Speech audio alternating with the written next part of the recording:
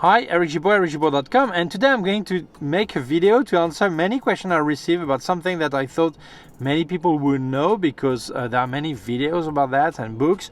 It is this, the photography mode, the camera mode, like P, A, S, M, B. What is that? What is that for, okay? Maybe on your camera, instead of A, it's AV, or instead of S, it's called TV, okay? But we're going to have a look at it. I will explain what it is for. So let's start. Before I forget, I actually made a video about how to shoot in manual mode. I'll leave you the link here, okay? So maybe you've seen this small wheel before in the Facebook as a meme like this. We see the picture and there's a small circle around the M mode, the M here, and it says everyone is a photographer until they need to shoot in manual. That's funny, okay, but this is seriously stupid, okay? Why? Because there are many photographers, famous one like Sebastian Salgado, for example. I read an interview of him where he explained he was using aperture priority. So if you have that famous photographer that don't use necessarily manual mode, there's nothing to be looking like this over the shoulder of people who don't use manual mode. But what's important is to know how to use this and why to use this or that or whatever, okay?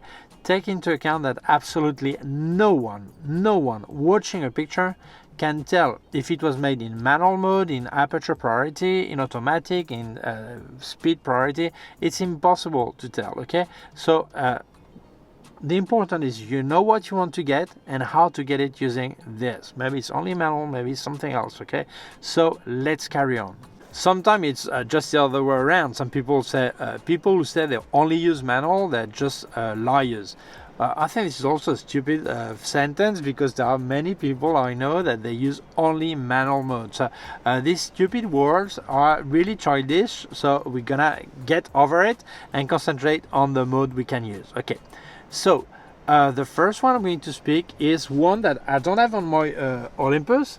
Or doesn't appear here. This is what I call fully automatic. But here I've got it here on my Fujifilm. If I put A on the aperture, A on the speed here, and A on the ISO, then it's fully automatic. And many cameras, they have a small button, very often in green, that says fully automatic.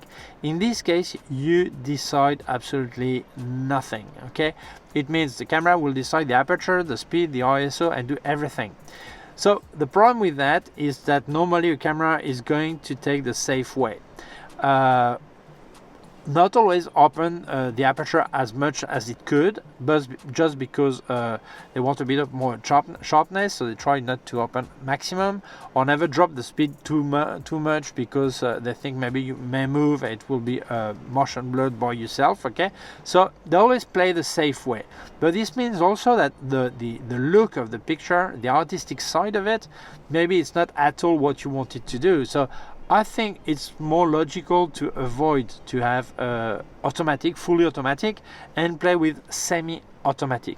Anyway, when I speak about fully automatic or semi-automatic, there is still one thing you can do.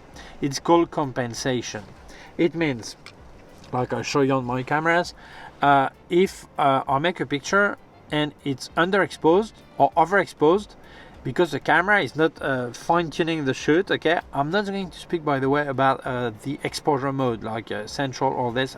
I'll do probably a separate video. I'll speak just about this mode here, okay? I'm not going to speak about the way of measuring pictures, okay? So it means if it's underexposed, well, you will move the small wheel here and say, bring me more light. If it's overexposed, you just do the other way around, okay? So it compensates. In this camera, in this Fujifilm, it's a small wheel like this. But most cameras, it's not this way. Most cameras, it's like on this Olympus, well, the OM system. This is this small key with a plus and minus. You press it and turn one of the wheel. Well, check your manual, camera manual, booklet, or your instruction manual or user manual, and you just press it. At the same time, you turn the wheel here, and it will make the small compensation, okay, to tell the camera you're doing wrong, okay? So this is this compensation is for automatic and for semi-automatic.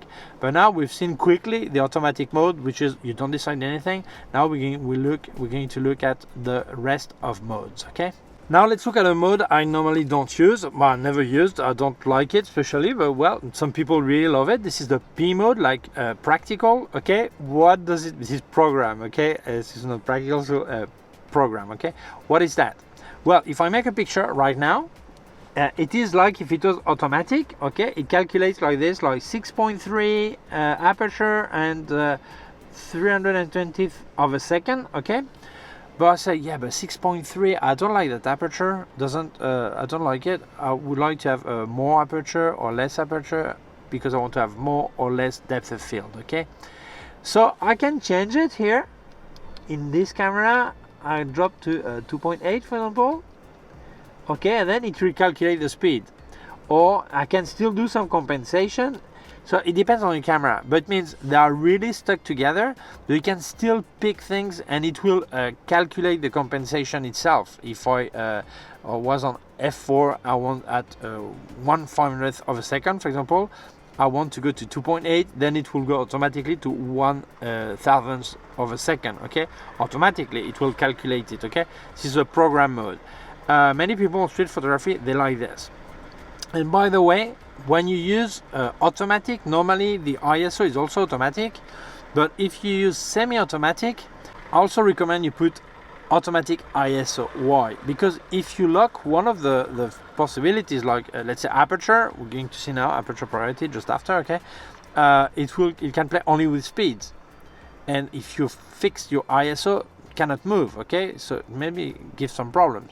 If you put automatic ISO, it has two things to play with to have the right exposure, okay? So I recommend you check your manual and see how you put automatic ISO, because there normally you can also limit it to the minimum and also to the maximum. Normally to the minimum you leave the native minimum of the camera, but the maximum you will fix set an ISO that doesn't give too much problem with high ISO and noise, okay? So let's say your camera is fine up to 3200 ISO, well, you put the maximum in automatic is 3200, but it depends on each camera, so check the manual of your camera to see how to set it up, okay? But P, like a program, or I would say practical, it is really handy because you can still play with some aspect of your pictures, but still it calculates, compensates automatically, so it's really practical. So now we're going to see the aperture priority A. On Canon it's called AV, aperture value. It means you're going to set the aperture you want, like 2.8 or f8 or f11 or whatever, and the camera is going to calculate by itself the right speeds and the right ISO if it's also an automatic, and play with both, okay? So normally people who use this mode is because they want to have some kind of control over the depth of field, so they pick an aperture that gives the depth of field they want. Could be 2.8 or f8 or f11. They want shallow depth of field, or they want everything in focus, doesn't matter, but they fix the aperture to make sure this is the look they want for the picture, and the camera will calculate the rest. But one thing, if you have a lens that opens really a lot, like 1.4 for example, maybe your camera cannot put a speed high enough to compensate so much light coming in, and maybe you're already on minimum ISO, okay? So it will probably blink, tell you it's not possible. But it will not be possible also in manual mode. You could not have such an aperture and high enough speed anyway, okay? This mode is really used by many wedding photographers. Let's say the bride and the groom are getting out of church or out of the place where they're getting married, and there are a lot of clouds passing by because it's really windy and light is changing all the time. So they don't really have time to be playing with speed if they want always to have the same aperture, okay? And it's faster for them to be in the A mode, and the camera will calculate by itself what's the right exposure, okay? Don't forget that a camera that makes mistakes always make a mistake that is less dramatic than if the photographer makes a mistake, okay? So many wedding photographers, social photographers and press use A mode, so they fix the depth of field they want, the look they want to give to the picture, and the camera does the rest, okay? Now we're going to look at S mode, which is speed. On Canon it's called TV, time value. I must say that Canon is completely right, because this is a matter of time, not speed, okay? I don't know why they call it, most brands say speed instead of time, but it's how long will the shutter will be open to make the picture. Okay, so it's logically it's time, not speed. Okay, so how does it work? Well, it works similar to the aperture priority. In this case, you set the speed, the time, because you want, for example, to have the action to be frozen, like someone is running, so you fix like 1/2000th of a second, and the camera will calculate the right aperture or right ISO to get the result you want. Okay, it can be the other way around. You want really a longer exposure, like 30 seconds, and the camera will calculate how close or open must be the aperture to get the right exposure. But same thing as speed priority, you do have some limitation, which is you cannot open the aperture more than it physically possible or close it more than it is physically possible. Okay, so if you reach one of these limits, it will blink in your viewfinder and say, or screen, and say it's just not possible. Who normally uses this mode?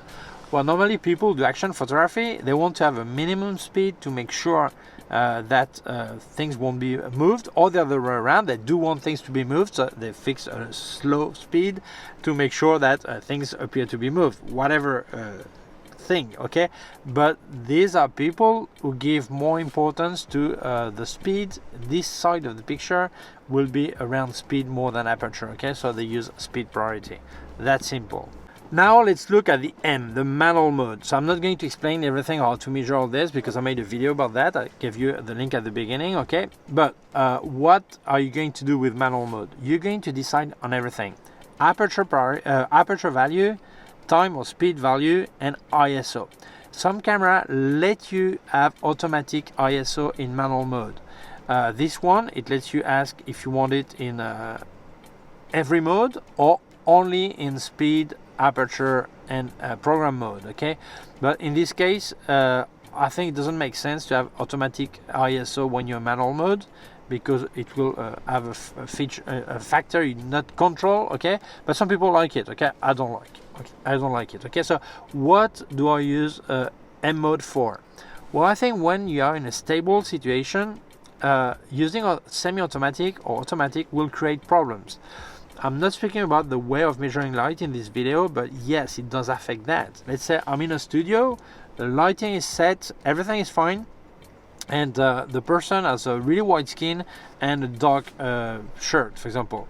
If I measure light on the face, it gives me one value here.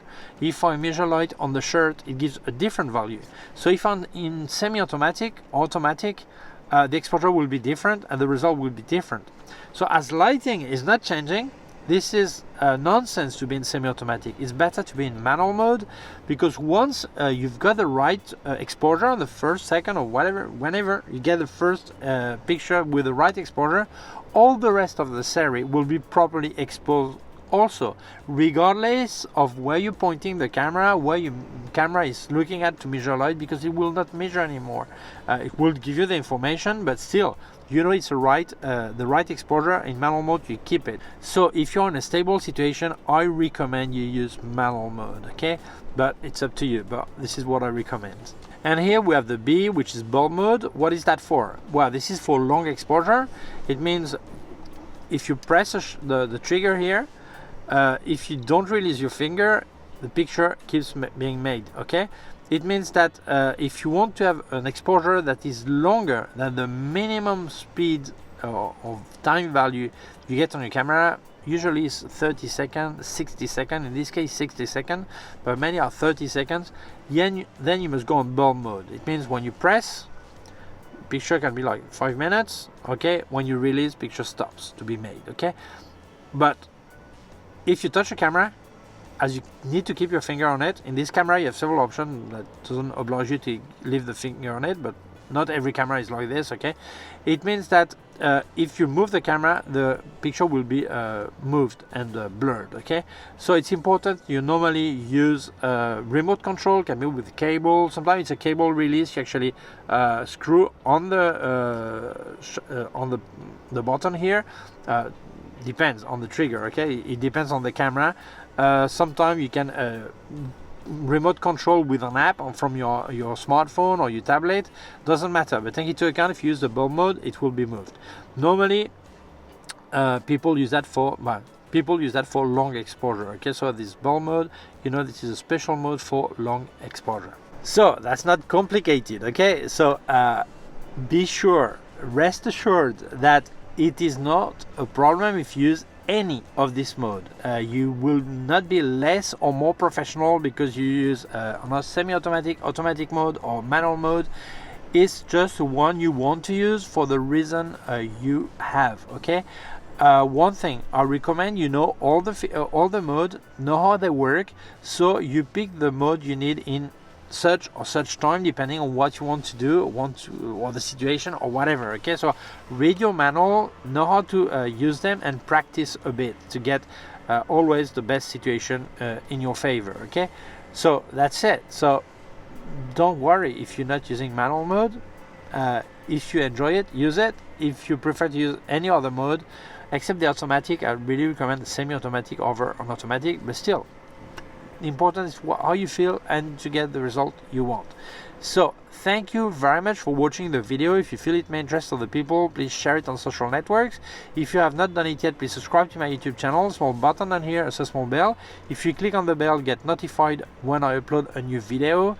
My website, ericgibaud.com. If you have any question, can leave a comment below. I'll leave you a link of my gear on Amazon, link of everything I've reviewed by K&F Concept and Sandmark, and also a link to my PayPal account in case you wanted to make a donation. Thank you very much. Please take care of yourself and see you soon. Bye.